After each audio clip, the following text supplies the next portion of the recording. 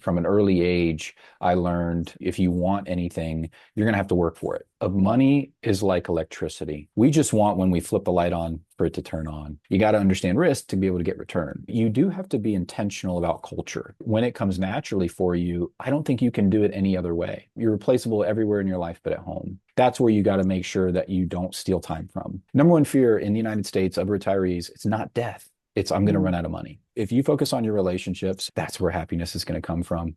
Hello and welcome to the Success Differently podcast. My name is Michèle Sorgaroli and I'm your host. And today we are being joined by Jason Biance.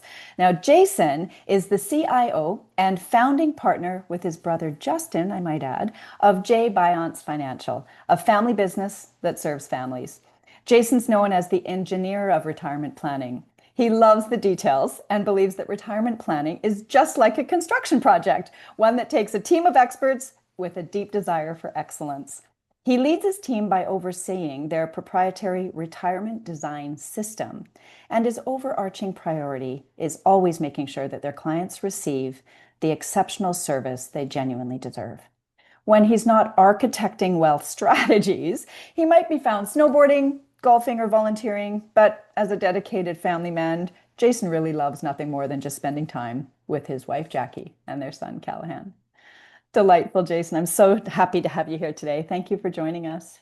I'm happy to be here as well. Thank you for having me. And I would like to add we did actually just have our second. We have a little baby.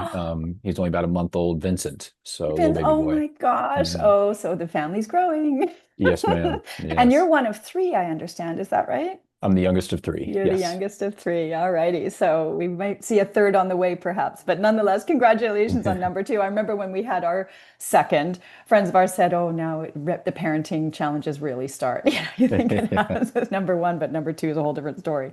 Congratulations on that.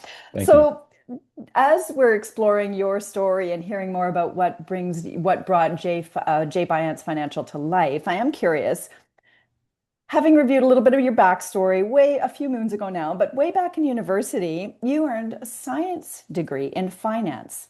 So it seems to me, given the engineer of retirement planning, as you see yourself, it seems to me that the science of money has been an interest of yours for quite some time. And I'm curious about that a little bit. Like, what is it about the science of money that drew your attention way back when as a young man?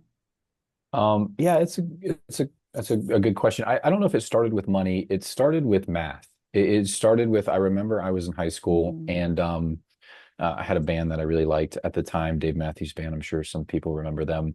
And sometimes you have a lot of math homework. And one night I had like, hour or two of math homework, and I'm like, I'm just sitting here in the silence. So I turned on some music.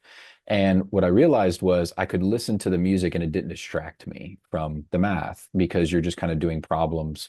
Very, as if you're history or literature, it would be, I got to shut that off. I can't concentrate on the pages, but it was all numbers.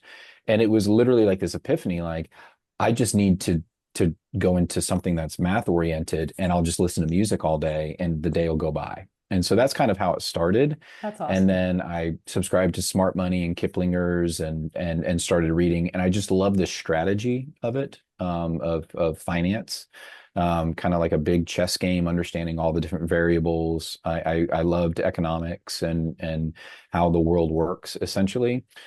So yeah, so then I decided to study finance, but I didn't go into advising. I liked being behind the scenes. Mm. And so I studied finance and then became an analyst. An analyst. Yeah, I noticed that. That's how you first started out, right? Mhm. Behind the scenes. So, as you're thinking of math and music, isn't that it's so interesting to me that math and music are so often so closely tied. Yeah. Musicians are often mathematicians, mathematicians are Yeah. often composers in some nature. Yeah. I always find it so fascinating that, when people say music is so different from math, I'm like, I don't think the evidence would suggest that actually. They seem I would like they're agree with pretty that close statement. together. Yeah. But anyway, so curious about that. I love that how you thought, if I just study math, I'll get to listen to music all day. Yeah. Is that what you said? It was. And I remember I um I hate to say that I benefited from the financial crisis, but I did Mm. in a certain sense in that it was terrible for our industry. So a Yeah. lot of people got let go. Well, I Hmm. was young, hungry, and cheap labor. And so I Hmm. got to sit at a lot of tables that I probably had no business sitting at the Hmm. time. I worked for a middle market um, finance company. And Hmm. so I started to kind of, earn my chops. I earned the respect of my coworkers and my managers. And so I remember going to my manager and I was like, hey, can you know, I do my work and I do my work well. He's like, yeah, everything I give you, you're always asking for more. I was like, can I listen to music? I was like, I'll just put an earbud in, and I won't, blast it on my computer or whatever. I was like, but I just like to listen to music. And so yeah, so then he was like, yes. And we worked in this company that had those cubicles that were like cut off to where you could still see everybody's faces. Hmm. And then I swear, week after week, month after month, you started seeing more people with earbud. They're like, oh, we're allowed to do that. We can, and so more Oh, people were, listening to music and then just working with numbers. And it kind of became, I was a trendsetter, if you will, just because I thought, hey, I want to do this and it's not going to slow me down. I know that. So anyway, yeah. fascinating. Yeah, what was it? Could you put your finger on what it was about listening to the music that allowed you to do possibly even better work? I'm curious. There's probably, my wife is in healthcare. She could probably give me the Oh. neuroscience of it. I don't know. I guess that it wasn't boring when you're just sitting there and it can get boring when it's Mm. silent. And numbers can be boring, to be honest. But if you're just kind of jamming along, it kind of in a way distracts you, but doesn't distract you. It's probably an oxymoron that, Hmm. but yeah, I just, it just made it more enjoyable. It made Yeah, my work more enjoyable. love that. So yeah, it worked for me. Yeah. Right. So you're totally happy analyzing numbers and digging into the strategy if you had this background music playing because it brought the joy to the joy to the work that you already Yeah. liked. You already were interested in it, as you said, right? Yeah, I liked So, figuring things out. I liked yeah, to problem solve. Yeah, for sure. yeah, interesting. Um, I'm actually curious about the financial side because having visited your website and there's the lovely opening video there where you and your brother speak about a little bit about your background, Mhm. where you grew up, your parents divorced, you grew up with a single mom, and your grandparents moved in with you, Right. right? Yeah. So how did that experience as a young man impact your interest later? Yeah, so it's a great question. Yeah, I first of all, having your grandparents, my grandmother was born in 1921, my grandfather was born in 1919. So they went through the Great Depression and they remembered it very, very vividly. My grandfather was a carpenter. And my grandmother worked in his, little office. So they didn't come from much. And the main reason they were living with us was they just, they didn't have enough money. And so mom was a school teacher. She was a single mom. My dad was paying child support. So she had that, but still money was Mhm. tight. We Yeah. never went without, but we never had anything new. We didn't go out to eat a lot, didn't really vacation, I would say, Hmm. just little ones that we could take. And so it just really taught you the value of the dollar. And from an early age, I learned that if you want anything, you're gonna have to work for it, right? Nothing was really handed down. And so I started working. I think my brother and I had a car wash, J&J Car Wash, for a couple of summers. And then I started working in the orange groves. I grew up in a very rural area. A lot of people had orange groves. And so I started not picking the oranges, but actually like tending to trimming back trees, fixing the irrigation, whatever it may be. And it was really hard work. I remember I never ate so much and I never slept so well as working in those orange groves. But Good for work back then, ethic. and this is 96, 97, Mm. probably, maybe 98. And we were getting paid $8 an hour. And it was pretty good pay, And Yeah, so, I mean, you it work was as, good money back then, eight, actually. you can earn $60 in a day, Hmm. like, I mean, if you worked a long day, it was just like, oh my gosh. So I kind of got that Yeah. bug in that regard. And then I just noticed that my grandparents just struggled. They just really Mm. struggled in terms of concern and worry about their finances. And I think in a lot of ways, they probably would have preferred to live on their own, but Mm. they just, they needed to come live with us, and it was a blessing. It's interesting. I tell people in high school, there's a lot of cliques and right, Hmm. all this kind of frivolous things that you encounter, and then you come home and you're helping your grandparents, with all of their health care. Like we were essentially a convalescent home. I mean, we did a lot, Oh, yeah. And so it just makes you realize like what actually matters. Like all that stuff at school, all that, BS at school, it's like that doesn't matter. Why am I giving any mind share to this? Like this is what life, is really, really about. So yeah, I loved the idea of being able to kind of create your own destiny. If I Hmm. knew friends and family that had money and we went on vacations with that. I want that. I want to be able to go Hmm. wherever I want to go and bless people whenever I want to bless them, and all that, all those types of things. And so some of it is material, but I wouldn't say we're a very faith-based company, but it's Hmm. because my brother and I, faith is very strong, and it's not Hmm. about just storing things up. Build the other barn, right? The Hmm. story in the Bible, to store up more wheat. It's not about that. It's really about being able to build something that you're proud of. Number one, that gives you that freedom of choice, and then being Yeah. able to really have an impact in a charity. My wife and I love to we talk about that on a monthly basis. Like, hey, we have our set tithes, and then so a certain Mm. part of our income goes into the tithe account, and then it Hmm. becomes this creative, like, how are we going to spend this tithe Mm. money? So who has approached us, or did we see Hmm. something that we want to have an impact on? And it's just a really beautiful thing. Yeah. Yeah, exactly. I can hear that actually coming through and through your voice. Um, I just captured, you passed by it really quickly, but I captured that your grandfather was in construction. He And of course, was. I couldn't help but think about the construction project that you see Yeah. retirement planning is there. And I thought, I wonder if there's a link there as you were exposed to construction as a very young child, right? As a young boy, you would have been exposed to that pretty early. So I'm, seeing possibly there's a story there Yeah. that has sort of threaded through. Um, the other thing that you said was, as you grew up as a family of generations in your home, Yeah. right? And you've really founded J. Biance Financial to be families serving families, as you said, our Yeah. family serving your family kind of thing. Um, when you talk about the family, and you also talked about blessing people, which I think is lovely.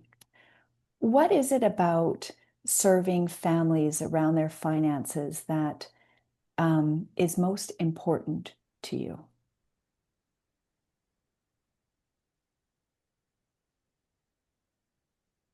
I sometimes kind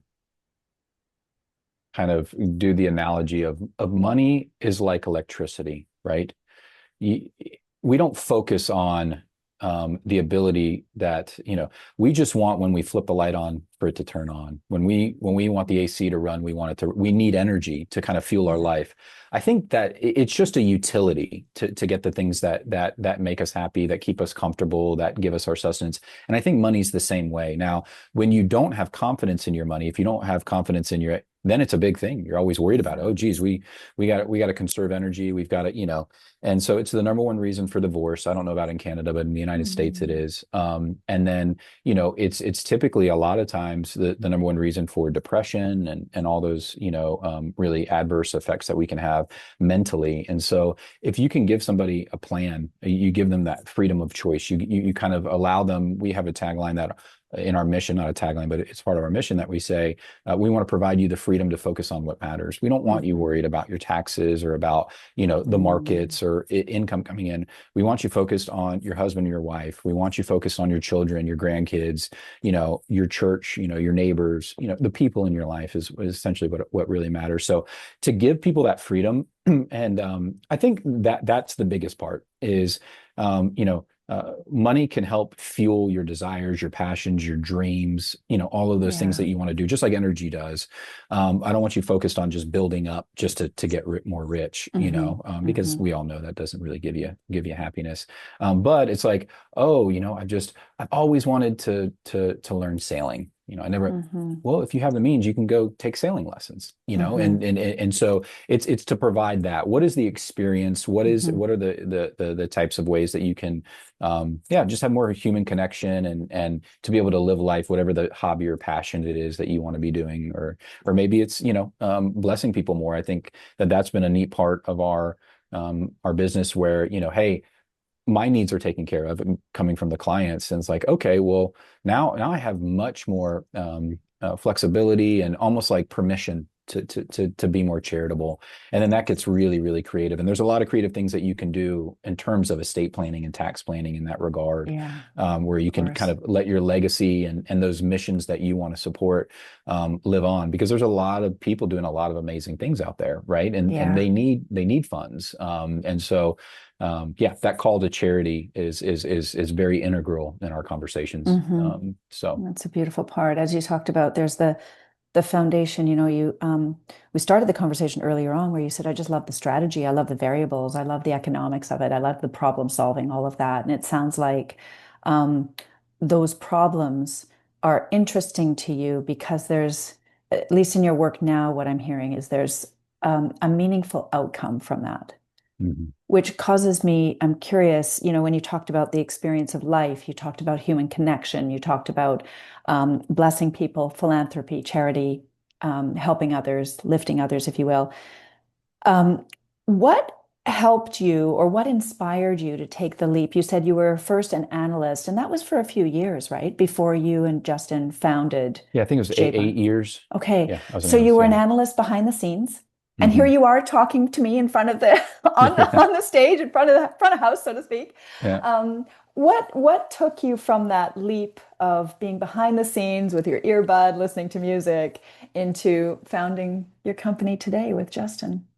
Yeah, it was. I have to. So the answer to this question is also the answer to one of your other questions. You asked about how we construct a financial house. Everything is construction oriented. That is, my brother is very marketing mind oriented. He's very much an analyst too. Sometimes I get pegged like I'm the only one. Justin is very, very bright and very analytical himself. But I actually had come up with this like three worlds of investing, and then he was like, "What if we did a construction theme?" So I got to give him credit for that. And I Mm, have to give him credit for kind of bringing me into the industry. My brother had actually started a nonprofit that mentored boys to be virtuous men, I to love be that. to a brotherhood of disciples. And Uh-huh. he built up that organization. He built it up to a place that he was like, hey, it makes sense to take me off the payroll, and we can hire some, other people to run it. I'll still serve on the board. And so he sent out a letter to all of his benefactors and said, hey, I'm looking for that next kind of, I don't know what I want to do next. And one of them was in wealth planning. So Justin kind of, went under his wing, and things didn't go the way that they had originally been kind of talked about. And so Justin wanted to go off on his own. And Mm, so we went golfing, and he kind of floated the idea to me. He's like, what do you think about us starting a financial planning firm? And he prefaced it. He goes, I know you don't want to do that, because when I was in school at University of Florida, every single one of my classmates was getting an internship at JP Morgan. I'm going to date myself, but Smith Barney, Lehman yeah, Brothers, they're not even around anymore. yeah. But I didn't want to be a sales guy. I hated sales guys. Hmm. And so I was like, he's like, I know you don't want to be a sales guy, but what if we do? And I was like, I don't like sales. I don't want to sell people. I just want to do the numbers. And he's like, that's why you need to do this. Like, you got into the business for the numbers, and then now you're getting into kind of the quote unquote sales, if you will, side of it, versus a lot of people, I think, get into it in the reverse. They get into it because the sales part of it, Mm, and then they learn the finance. hmm. And so he really sold me on that I could be genuine. I didn't have to be someone else. I could just be myself and Mm, be curious and really want to help.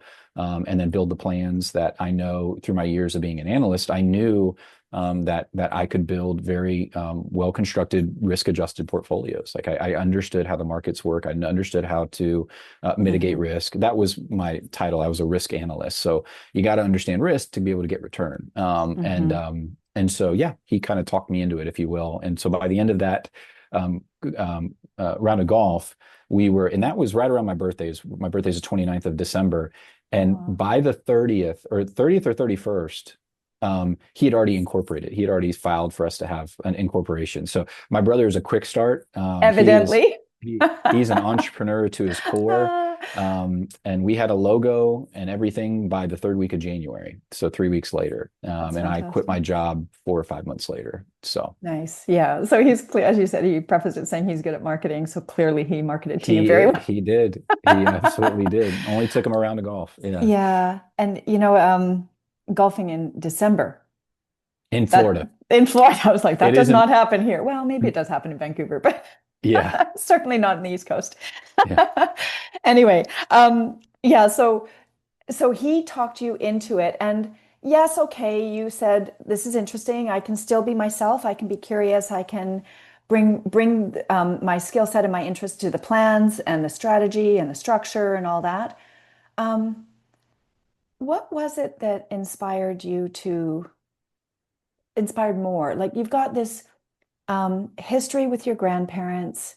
You've got this desire to serve others. And what was it about this idea of going into business with your brother that encouraged you to take that really big leap and leave your job? Yeah, I mean, one, my brother and I are very, very close. And my brother is my mentor, best man I know. He's only 19 months older than me, but Oh, he's been married for 20 years. He has 7 kids. So wisdom and age life experience, he's much, yeah. much older than I am. And so just the thought of working for him was very, very, working with him, I should say, Yeah. it was very, very exciting.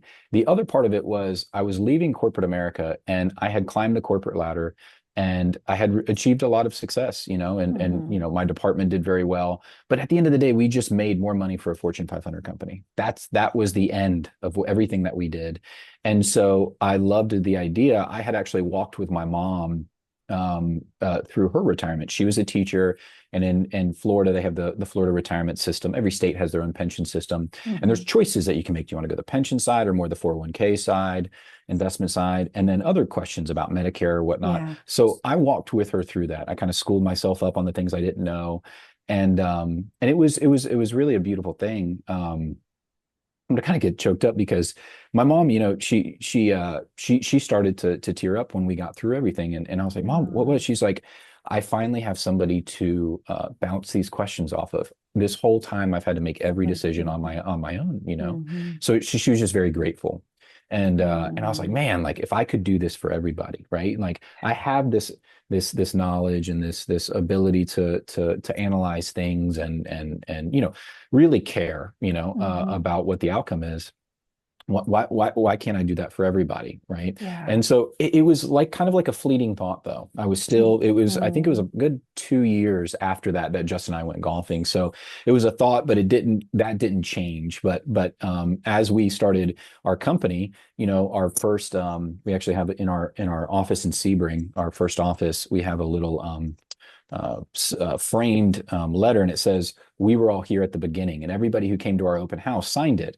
And I would say 75% of the people on there were my mom's friends, right? Pretty much everybody on that thing, or they were people that we went to church with, and it's all right? And so we really started just helping people that were a lot like my mom, a lot of widows, divorcees, just other couples that had questions. And then we really started to kind of expand out from that because our knowledge of estate planning and taxes really, appealed to more high net worth people. They have bigger Yeah. problems, and what they ended up finding out was we just weren't transactional. We knew Hmm. our stuff, and then also we actually cared about them as a person and their goals. And so yeah, that's kind of how that went. It was just more about just helping people. And the other thing that I really get a lot of joy out of is when somebody says, I've never heard it explained like that. Like Hmm. the light bulbs, Hmm. and I had a client, I think it was about 2 years ago. She thanked me for not talking over her. She's like, you didn't talk over my head. She's like, she had never been married and she was a self-made woman. And she's like, almost every man I've ever encountered just talked over my head Hmm. and talked down to me like I didn't know what I was doing. And you didn't do that. And she's like, I really appreciate it. You're a very good teacher. And that was a Hmm. huge compliment. I really, really appreciated that. And yeah, so that's a joy of the job. Right. What was you said you really appreciated it. It was a huge moment for you. What was it about that that touched you, that impacted you, that teaching moment? Um, so there's a Catholic social teaching that is the dignity of the human person. Everything goes back to that, right? We're not a collective group. We're wholly beloved, uniquely made individuals. And so she was essentially saying, I'm recognized, I'm heard, I'm valued. That's what she was saying in that. And so I feel like that's what it was I was, yes, I was teaching her some concept. I don't even remember what it was, to be honest with you. Hmm. Hmm. But that's what it was I matter, and my fears matter, and my concerns matter. And not only that, me understanding that this matters, And so you teaching that and taking the time to teach it to me allows me to be more confident and to enjoy this more because we fear what we don't understand, Yeah. and so yeah, that I think that was probably the core of it. Yeah, that's so interesting. Thank you for sharing that, Jason. It's interesting how you commented, I don't remember what I was teaching her, but you so distinctly remember the moment Yeah. of impact, right? Oh yeah. We remember like the moment with your mom when she recognized you and her gratitude, although it was a moment between you that didn't necessarily birth into anything for a couple of years. It sat there. Yeah. I was touched when you were sharing that story with me. um, there's a couple of things I'm just noticing. And, yes, you talk about your interest in strategies and numbers and systems and building the plan and creating that confidence so that people have the confidence in their decisions, confidence in their money, confidence in their decisions. But what's really coming through all of this is your commitment to people and serving the people. As we see things like expressions like um, dignity of the human person. Um, Even recognizing when you first opened your company, we were here at the beginning letter. Mm, What a spectacular touch. yeah. What, as you look back on that now, how many years has it been now since you founded Biance? 12 years. 12. So, Hmm. and it's still hanging in your office, I would imagine. It is. Yeah. Yeah. Hmm. What happens when you look back on that for you? There's a little bit of sadness because two or three people have passed that were on there. I was Oh, actually looking at it recently. But I don't mean to get, but yeah, yeah. I looked at it recently. And I was like, Yeah, oh of man, course. they're not with us anymore. Oh, But no, it was just it's just neat because a lot of those people knew us from 5 and 8 year, 10-year-old Justin and Jason, and then we went off and then we came back home. We started the business. And I need to do an inventory of how many of them actually became clients, right? It wasn't a group of clients. It was our yeah. community, Yeah. it takes a village kind of Yeah. thing. So it was just the people that believed in us and that were there to share in our joy and share in the excitement and support us. And from those people, even the ones that didn't actually technically become clients, word of mouth, that's how we grew. We really grew by word of mouth. And you're typically, Mm. easiest to start where your most natural network is, and that's where our most natural network. My mom was a teacher there for 30 something years. And so yeah, those people became raving fans and they became Hmm. advocates for us, and it was huge. But yeah, it was just a really, really neat time. And yeah, we definitely look fondly on that little framed signed sheet, I guess Oh, is how essentially what it. special. Yeah. Yeah, it's beautiful. It's such a lovely idea. I hadn't heard of that before, but it's a lovely idea. It really speaks to your connection to your community. Really Yeah. speaks to that, how important Yep. your community is to you. And certainly that's reflected even back in your story of cohabitating with three generations in your household. Yeah. Taking care, and you really weren't, as you said, you were caregivers to your grandparents at a time when maybe that wasn't their first choice, but you were there for them. It's just Hmm. really, really lovely. It gave you a real sense of empathy, I would imagine, for not just the process of financially, not being financially free, not only that, but also the empathy for the process of aging and moving into retirement and beyond, I would imagine. It is, and you really hit a really really important part there. I think, Yeah. Michelle, is when you talk about retirees, um, a lot of times they end up becoming islands to Hmm. themselves, right? People pass Right. away, kids move away. It takes a lot of effort and intentionality to keep relationships, and not everybody does that. And so I tell people all the time, I'm a surrogate son and grandson to so many of my clients, right? And Mm. and I don't mean this is probably going to sound harsh, but they're almost Hmm. like the forgotten generation, right? They Hmm. they're not necessarily facile with social media or Hmm. whatnot, and so they're just kind of, oh, they're just old relics we go see at Christmas, where it's like, no, they're the most interesting person in the room. Like I long before ever got into retirement planning and financial planning, I always gravitated toward older people, and I think it's probably because of my grandparents. Hmm. I think one thing that my grandparents allowed me to do was realize that they're just older than you, they're not a different species. You know what I mean? Like they're they're very easy to talk to. They can be your friend. They can be your mentor. They can, laugh with you and whatnot. And so if you're curious about everything that they've experienced and what matters to them, they typically reciprocate that. And then they're more curious about you. And so yeah, I was very grateful to have good relationships with both my grandparents. Mm. It's a blessing to have them close. Not all everybody has that.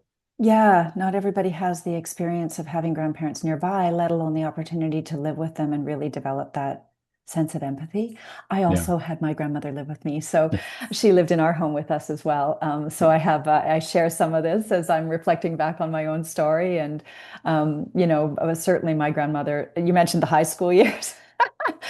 My experience with my grandmother was she was absolutely my best friend through high school. Oh, yeah. I could rely on her for anything. I knew that she was there for me no matter what. When my parents were mad at me, she wasn't, Yeah, yeah. all that good stuff. She could be that. Yeah. Yeah, absolutely. So she was a very special person in my life as well. So I can appreciate the experience of living with your grandparents.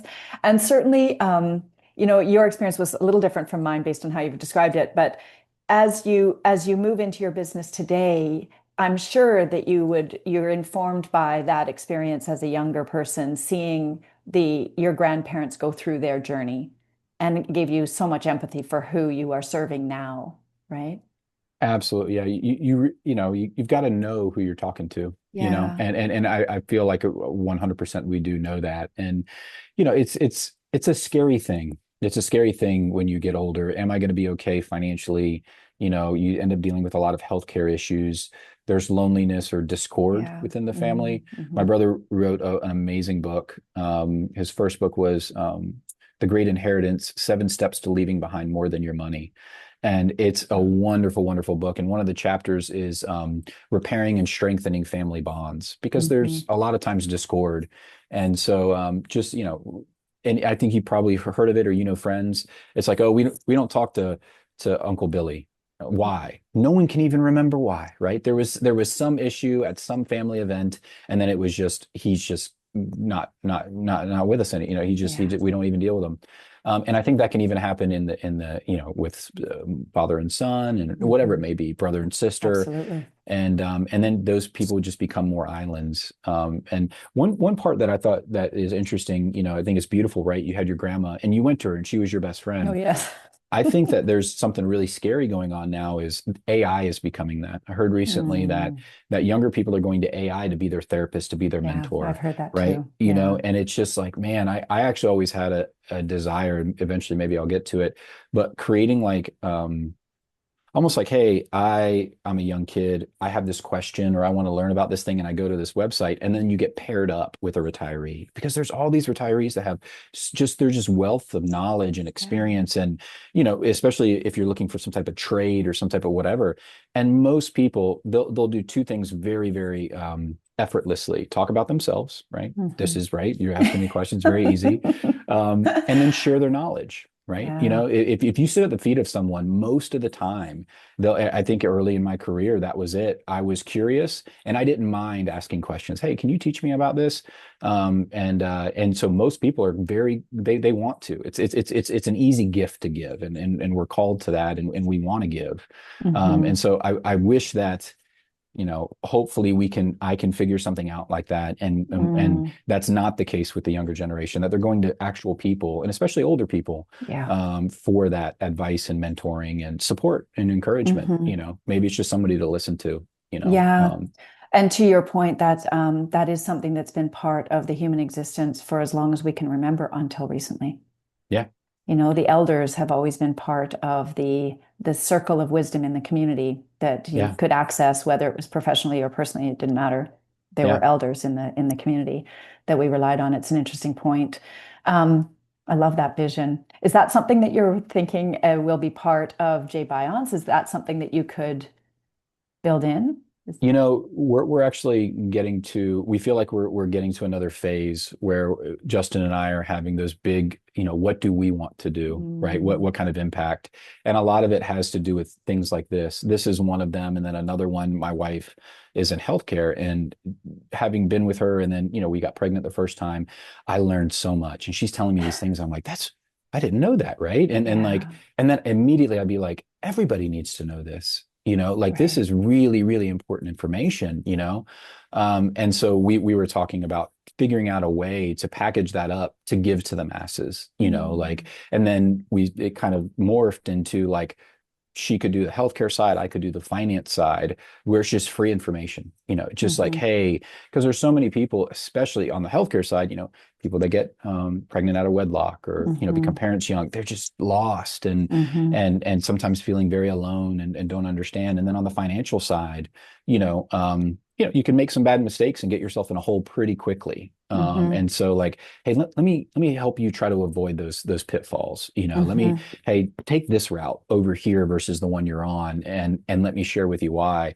And so those are those things that we really kind of get a little bit more excited about, is just like sharing information that will help people. So I actually don't know exactly how that fits inside the business, but we're having this Yeah, kind of blue ocean abundance kind of dreaming phase that we're doing right now. We're going to be meeting in about a month to just kind of talk about all of that. that What is we, yeah. stunning, gorgeous. I love it. It's really popping for me. I have a model, and it's coming to mind as we're talking because I have a model called the Business Value Ladder, and it essentially has four levels. And the first level is simply addressing needs. It's like the dollar Mm, stores, and it's race to the mm, bottom. Price is the only thing that matters, kind of thing. What do you need, and okay. we'll give it to you. Yeah. Second level is around expectations, which is where most businesses hang out and get stuck. They stop there Okay. because once you're serving expectations, you've kind of done your job, Mm, right? yeah. And so you can excel at your job, but you're still just delivering on your job or the promise or the expectation that your client might have. Yeah. The next level is that sense of belonging, which we've talked about quite a bit here around sense of community. Words you've used several times: feeling lost, feeling alone, a lack of confidence, the feeling of being isolated, the feeling of not knowing. These are things that you've said consistently through this conversation. And it really rings so loud and clear, Jason, that your company is founded on serving those issues, right? Mhm. It's well beyond, which is that sense of belonging, sense of community, sense of the surrogate son that you are, right? Mhm. I have people who I can trust. I have people in my community that I belong here. That's level three. And then the fourth level is what you're blue skying on, which is about the bigger impact. So now that we have a community, what can our community do together to create bigger impact, I right? like that framework. Yeah, that's Thank really, you. really good. Yeah. So this value ladder is the work that I do quite a lot. And most of my work is spent helping people cross the chasm from expectations level two, if you will, to simply having a mind around a community and Mm, understanding what the sense of belonging is. How do you get your clients to feel like they're part of a community, right? yeah. And what was it? As you're experiencing that in your work, what did you do to create this community? What do you think you've done well to create Um, that? in the business, the community, like our clients and Your whatnot. client community, your network, you had all this lovely community come and join you and sign your letter. We were here first, right? Yeah. So community has always been something that's been a part of. So what do you think you have done that's really prioritized community so early on in your certainly in your business? Because that's unusual, actually. Yeah. I think it's two things. One was just growing up in a small town. When you grow up in a small Oh, town, it's yeah, all of my I knew, and my mom knew all of my friends and all of my friends' parents, right? It wasn't this, we just it was a small community. And so I think that is, I was in a very bad car accident when I was 16, and to watch the community come and help support my mom and help support me and all that was just this realization of how much of a blessing that is. So that was my first yeah. experience, I say, in that regard. And then we're a big Italian Catholic family, right? So we get together a lot. We joke, and we're loud, and we stay up late and talk and all that. So I think it was just bringing that in, in a Mhm. natural. But I do have to tip my hat to my brother where I can get caught in the weeds, Mm. he's always 15, 30,000 feet above. And so you do have to be intentional about culture. And I think that's something that's very, very important, and something that Justin has just had a really big impact, in terms of our internal team, and then Yeah. also how that, kind of reverberates through our clients, and Hmm. just treating them like family. And I think, that idea of, I think a lot of businesses use that terminology, and I don't want to discount that they're using it improperly or they don't do that. But I think when it comes naturally for you, I don't think you can do it any other way. Right. It would feel weird, Hmm. like I lived in this community and we helped each other out, and, all those types of things. And I live in this big family, and we help. I mean, when we were young, that was something very big that came up was, mom can't do everything. Mom's dealing with the three of us and grandma and grandpa. She's got a full-time job. She can't do everything. So we need to help. There was that call to action kind of. And I've heard my brother talk about it a lot with the seven kids, right? His oldest kids, they just got to jump in. They become, mom, number two. Justin, actually, his second just went off to seminary. He went to seminary. He just dropped him off. And Justin's having a really hard time with it, right? Because that was his right hand. That was his oldest boy, Oh, And anyway, so I think that just being intentional about caring, putting, the human person above everything else. And then, yeah, welcome them. And we call them family reunions. So once a year, we all get together with our clients.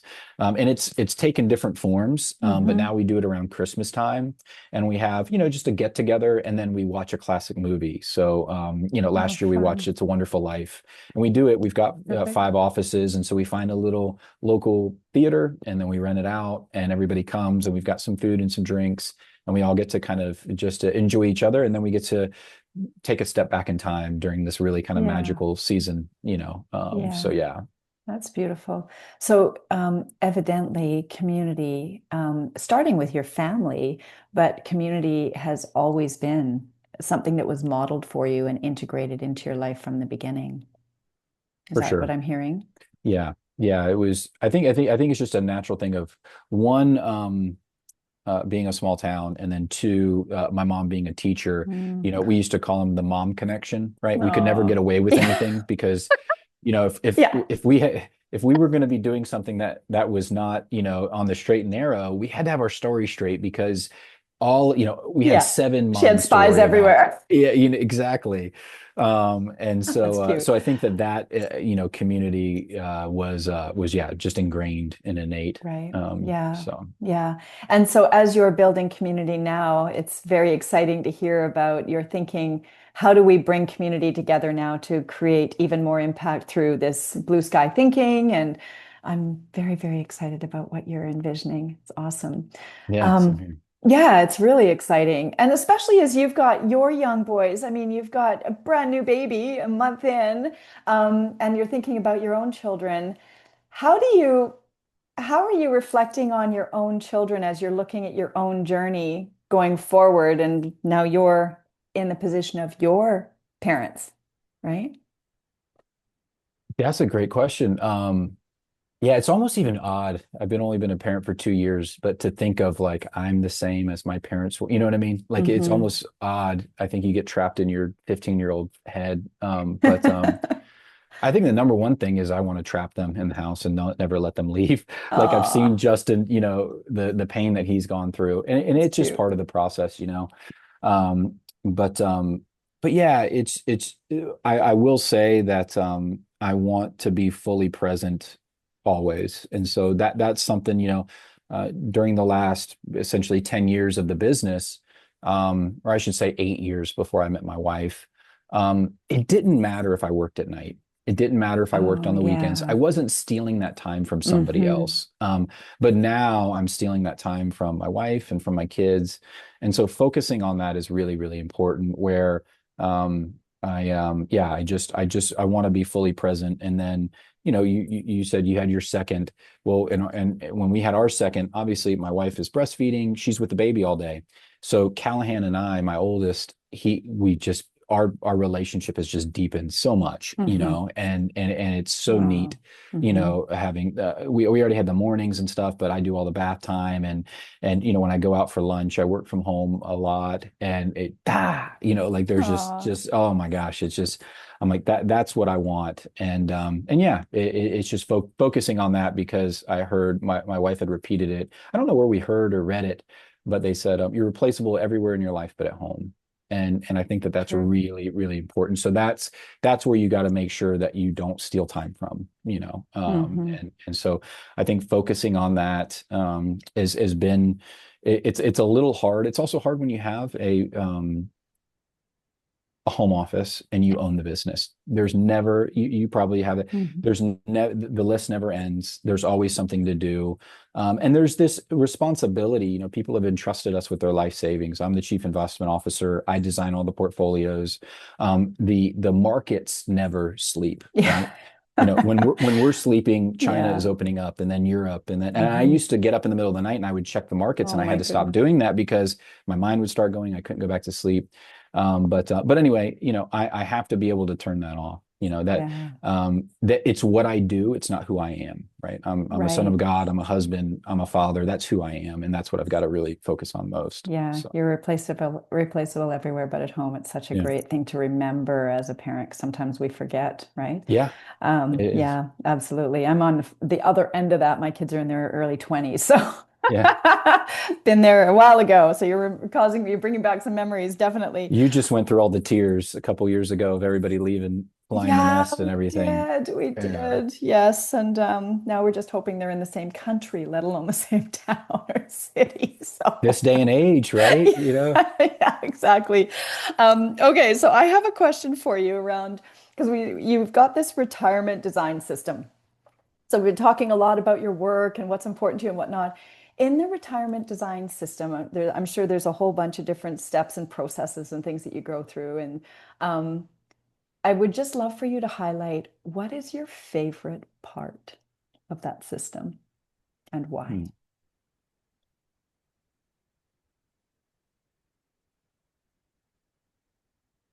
My favorite part of this system, I would say, because when I think about this system, it's kind of steps that we cover, but Hmm.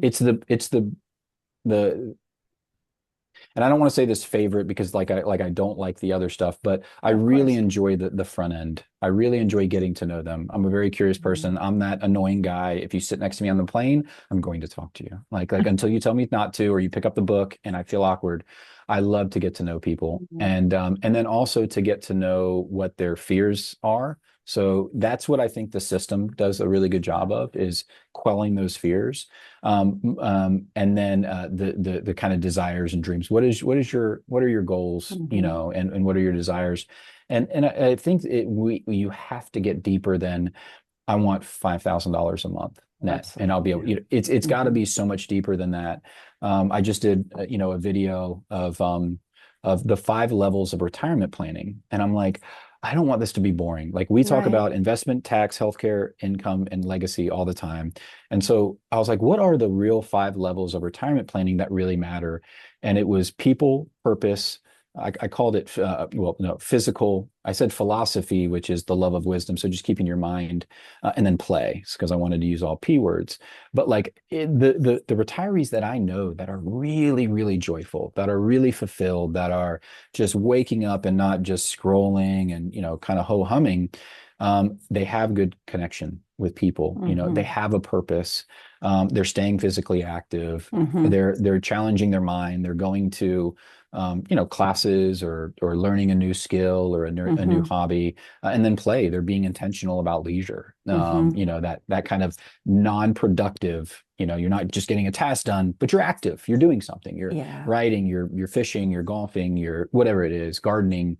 And I think that's really, really important because I think almost some people need permission to dream.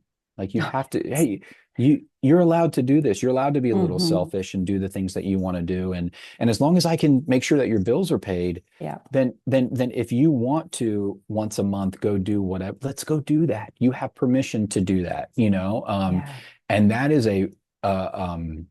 yeah, it's so much fun. And just I didn't know I could. Because the Hmm. the big fear is I'm going to run out of money. That's the number one Mm, fear. Number one fear in the United States of retirees, it's not death. It's I'm going to mm, run out of money. And so hmm. it's crazy. And so if you can design a plan through the retirement design system, I feel like those are the keys Right. to get to what actually really, really matters. And yeah, I will say from the technical side, I like the cleanup. People are coming to see us because they haven't gotten good advice, or they were Right. their own advisor, or they didn't have any advisor. And so that cleanup, getting things in order, I do like that. I Yeah. enjoy that, and the retirement design system is meant to address all those things, all those different areas. So yeah, Yeah, it's gorgeous. I love it. Thank you so much. This has been so interesting because, you talk about fear and addressing the fear first, and that opens up the opportunity to explore goals and explore what's possible and gives access to creative thinking or dream thinking, if you will. The other piece in there that I think is evident, it's definitely embedded in your system and your client experience is this idea of feeling lost, feeling alone, feeling isolated, feeling ill-equipped, not understanding all of that stuff. The fear of running out of money, if that, what in my experience, what I've seen, certainly in working with others in your trade, um, the fear of running out of money, once that's addressed, it doesn't necessarily open up the ability immediately to start dreaming without a sense of connection, belonging, feeling like we're part of something more. yeah, It doesn't necessarily allow for that because it's like, so what's the point? Okay. yeah, Right? This human connection is such an integral part of the work that you do in your business design and how you've done it. And I really want to emphasize that, you've leaned into, Jason, you've leaned into your history. You've leaned into your experience and your story and your past to help inform how you've designed your business. And that human connection has been a core element of the whole thing, yeah, right down, even to the creativity that you've brought, which is so unusual. Usually there's, especially in financial services, but in many, many professional advisory capacity businesses, there's a design or a formula, if you will. Follow the formula, do this, and every client has the same map, and it's always called this. yeah, There's the discovery meeting, and then there's the information yeah, gathering meeting, and then blah, blah, blah, blah, blah, right? They all sound the same. And the problem with that is that you're locked up inside a system that doesn't serve your ability to deliver value in your yeah, way, right? And yeah. I just want to acknowledge that you've broken free from that, and it's just a delightful story. And I can't wait to see how you get to level 4 on the value ladder and create some really powerful impact through your community that you've got. Thank you Well, so thank much for you. today. Yeah. Absolutely. Thank As we're you. finishing up, I just want to round it all up and would ask you from our conversation today, is there anything that you might like to highlight, or is there anything that stood out for you that you might like your listeners to notice?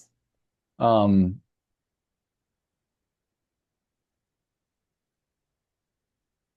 I think the people matter. I think that's it. Mm, I think it's, that quote, "Be kinder than necessary for everybody you meet is fighting some type of battle." Like I yeah. think that that is really, leading with mercy and empathy. I think that that's like, if I could, and I know it's got nothing to do with finance and retirement and whatever, but like, if you're on my last video, I referenced a Harvard study, and it was the longest study on happiness ever. It started in Mhm. 1938. So it was like this, 80 plus year study. And so they followed the original crew, which, one of the original people in it was John F. Kennedy, actually, ironically enough. Gosh, I They didn't know followed him that. for many years. Didn't know he was in that. Um, yeah, and anyway, so then those people started, passing away. They started following their children, and Mm, so, this study went on for 80. What was the core of happiness? It was relationships. It was the people that, and they did this other kind of study within the study at 50, and whenever people were hitting the age of 50, they did all these psychological tests. They asked them a lot of questions, and they did all these physical tests. And you would think, okay, well, what is the best marker to look at age 50 if you're going to be healthy at age 80? Okay, most people say, well, if your cholesterol's good, or if you're whatever it is. mm, It was the strength of your relationships, and it had more correlation to good health, not just happiness, but mhm. actual good health, relationships had a much higher correlation than cholesterol and all these other biomarkers. So, Interesting. and I think that the way that we do that is if you lead with empathy, if you lead with mercy, if you lead with curiosity and care, you're going to keep you're going that is like this magnet, like Mm-hmm. so that's I think the loneliness is I think the saddest disease in the world, right? And so Mm-hmm. so that's it is like, you can have all the money in the world, and I'll end with this. I have a client, and husband and wife. Unfortunately, they were only children, and they didn't Mm-hmm. have any children. Mm-hmm. And when he passed away, and I was at his graveside, it was myself, his wife, his best friend, her caretaker, and then the two people from the cemetery. That's it. And they were multi millionaires. I mean, millions of dollars, all the financial assets in the world, but they just didn't have people. They didn't have Yeah. community. They didn't have those It relationships. So just like breaks your heart. it really does, So every time, Yeah. I go and see her, she's a widow now, and we go to see her. I bring Callahan. We're going to be bringing Vincent whenever we go next time. Mm-hmm. But yeah, like focus on that. If you focus on your relationships and me, I'm a man of faith, first and foremost, God, and then the people in your life, that's where happiness is going to come from. It's not going to be the trips to Europe and the Ferrari, and we all know that, right? I We all know. know that. But yeah, that's the thing that comes out the most. That's beautiful. Thank you for that gem of wisdom. Yeah. So, for those people who would like to connect with you further and find out more about you and J. Biance Financial, where might they find you, Jason? Yeah, you can go on YouTube. It's Jason Biance, Biance.